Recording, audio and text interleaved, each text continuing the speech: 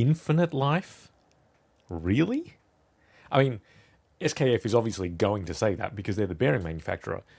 But it's a little surprising because, whenever big corporations make kind of outrageous statements like this, they usually have some kind of evidence to back it up. So, what do they mean, infinite life?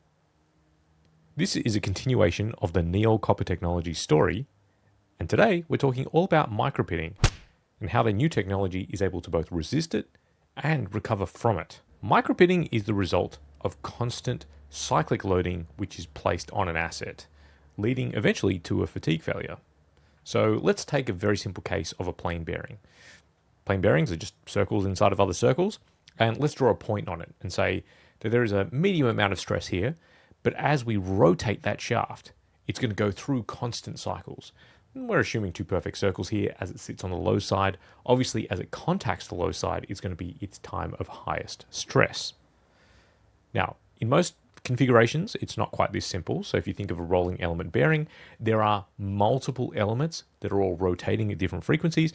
And this is why you get some kind of spectrum. If there's a certain amount of bearing damage or something like that, it's going to make the spectrum more complicated. And that's why we have vibration analysis. In the case of fatigue, you might remember this from university. We have these things called the SN curves for different materials. The idea is that there is a certain number of cycles until you achieve fatigue failure. So for steel, it looks very different to aluminium. And so if we have a stress amplitude, theoretically, let's say of this, we might be here on the SN curve. But as we are able to reduce the amount of stress, we're able to work our way down the curve and we get more cycles to failure. So if we're able to reduce stress amplitude, we get theoretically more bearing life. In practice, where does that stress come from? Remember, when we look at machine surfaces, they're not perfectly smooth. If we were to zoom in, very fine granular level of detail, they actually look something more like the Himalayas. And it's when the peaks come into contact with each other that we see the highest amount of stress. Whenever I'm teaching my classes, I try to use this illustrative example. Would you prefer a 100 kilo man to step on your hand while he's wearing safety boots? Or a 60 kilo woman to step on your hand while wearing stilettos? Now, unless you're into that kind of thing, presumably, it's going to be the man in the safety boots because it's the force spread over a wider area. Now let's take it back to this example. The type of contact area we're discussing might only be single-digit square microns. So it's an incredible amount of force being placed through a very tiny area. And that's what's contributing to the high stress amplitude. Now in the lubrication world, we combat this a number of ways. The first way is viscosity. Remember, three most important properties of a lubricant are viscosity, viscosity, and viscosity. And with more thickness, we can get more separation. But in a lot of circumstances, that's not always possible. The film thickness that might be required to get absolute and complete separation of all metal surfaces may simply be too high. One of the ways that we can combat this is through surface polishing. So if we can reduce the surface roughness, that's another way that we can get separation. Now, in some cases, we do this on purpose, as in the example of EP additives, running in lubricants, or some of the running in compounds that you might find in open gear applications. But even if we've been able to iron out all the surface roughness, contaminants become the number one enemy. Because contaminants, which only have to be in the order of a couple of microns in size, can get into the load zone and bridge the gap between the two mating surfaces, and this results in high stress concentration. And that's one of the reasons why cleanliness, when it comes to lubricants, is next to godliness.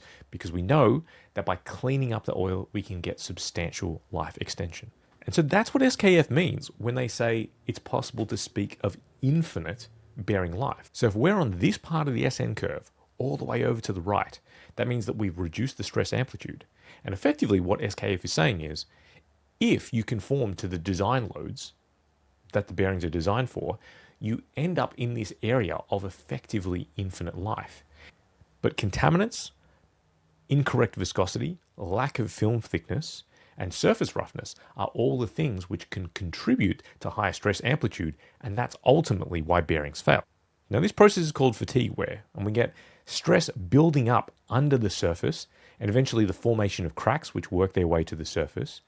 That means the formation of a wear particle. And eventually you get these tiny, tiny little pits. Some might call them micropits. even. And that's where the term micropitting comes from. It looks like this almost grey staining phenomena.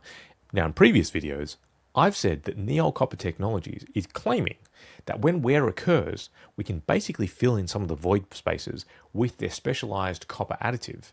And this is going to smooth out the surface. And not only is it going to help reduce the amount of micropitting that occurs, but it has the potential to also repair some of the pits that develop. Now, in order to test this, we need a very, very controlled rig. And here again, we turn to friend of the podcast, Mark Ingram at Ingram Tribology. He set up the Micropitting Rig for us, right? In which we have a very controlled environment and we can test the Neol formulation against a standard reference gear oil. And that's what we did. So you can see here, the bearing surface is identical between the reference oil as well as this new Neol oil. And on the top, what I'm going to show is the total number of contact cycles. So over an initial period, you start to get cracks form. So this is good. We want this to be relatively uniform between them. And now let's see what happens in terms of damage as well as potential recovery. So this is what it looks like at 5 million contact cycles, almost 10 million contact cycles, 13.5 all the way through to 23 million contact cycles. And I think it's pretty obvious just through the images that one is substantially better than the other in terms of micropitting performance. But let's zoom in on a little bit more to see if there's any phenomena which become visible. So here I've got 3 million contact cycles versus 23 million. We'll put an intermediate picture with 6 million contact cycles. And in fact, with the Neol oil, we let this run all the way out to 34 million contact cycles. It's an incredibly high number. Now, one of the things that Ingram Tribology was really good at was making sure that the images lined up. So you can see common features. Let me point out a few. So here's a few, and again, and again.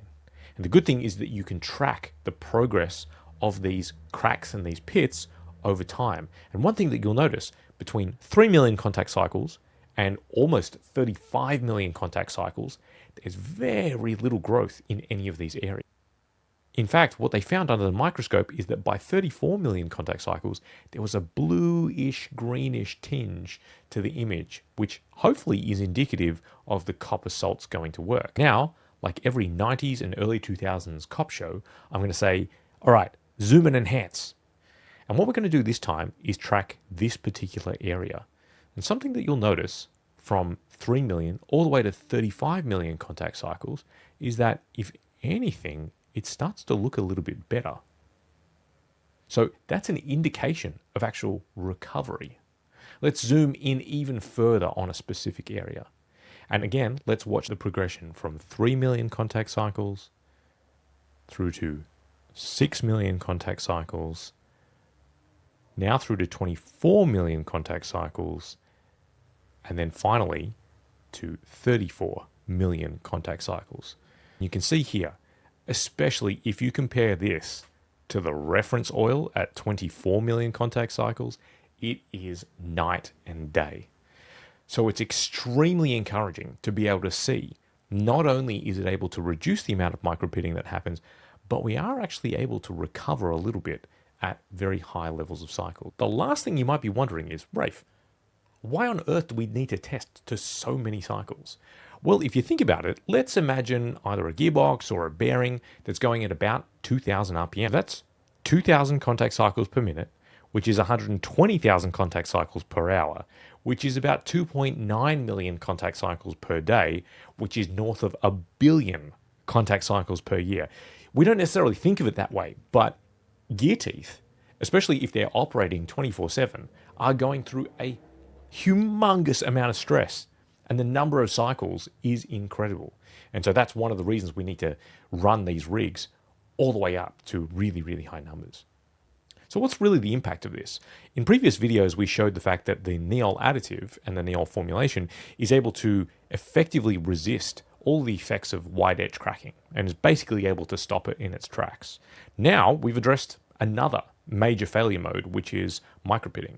Now micropitting affects pretty much anything that experiences EHL lubrication. So that's gears, cams, and rolling element bearings. And so that covers us for a huge number of applications, because you think it's not just gearboxes, it's engines, It's things like screw compressors with rolling element bearings on them. It's electric motors.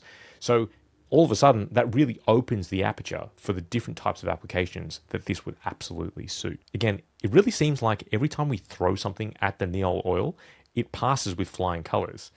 And that makes me really excited for what comes next in its development.